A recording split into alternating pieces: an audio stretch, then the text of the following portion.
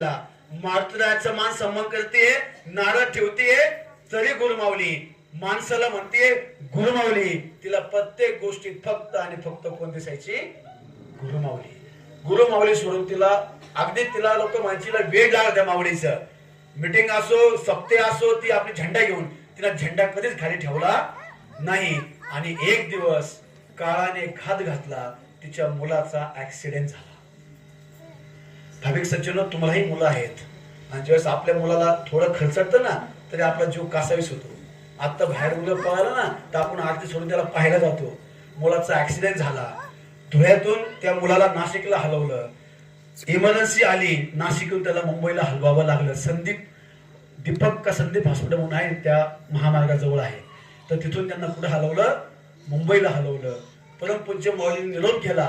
माऊलींनी सेवा दिल्या आणि सांगितलं काळजी करू नका, काही होणार नाही. थोडं निश्चय माऊलींनी सांगितलं ना. दुसऱ्या दिवशी मुलाला सोडून मुंबईला मुलगा आयसीयू मध्ये आहे, बेशुद्ध अवस्थेत आहे. दुसऱ्या दिवशी धुळ्यात आली आणि तिसऱ्या दिवशी परत झेंडा उचलला, परत ग्रामाभ्यानला गेली. बाप मुलाजवळ आहे.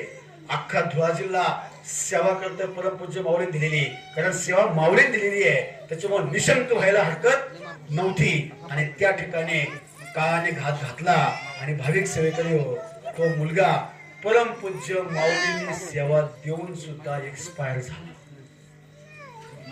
आणि त्या दिवशी ती महिला एका गावामध्ये ग्राम अभ्यानला गेली. संध्याकाळी घरी यायची, माऊलीला देवघरात सांगायची, माऊली तिकडे झोपला बघा आपला दास, त्याला काय करा, उठवा, त्याला उठवा, त्याला उठवा असं म्हणायची आणि ग्रामीणला निघून जायची.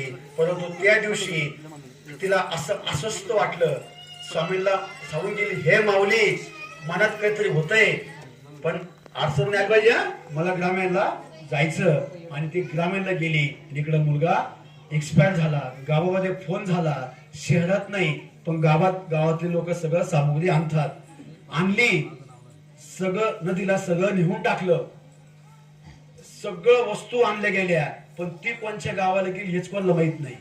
ती बरोबर संध्याकाळी 5:30ला आली. तिकडून गाडी निघली होती. सगळे पाहुणे रावळे आजूबाजूला येऊन थांबलेले होते, पण घरी जायचं कोणी?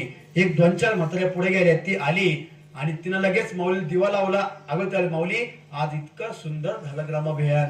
एक 5 महिला रडत आलत्या मारुती मंदिरामध्ये, पण तुम्ही तिथं होते ना, तुम्ही त्यांना काय केलं, हसत मागं पाठवलं. इकडं मुलगा एक्सपायर झालाय, बॉडी येतेय, धुळ्याकडे निघलेली आहे.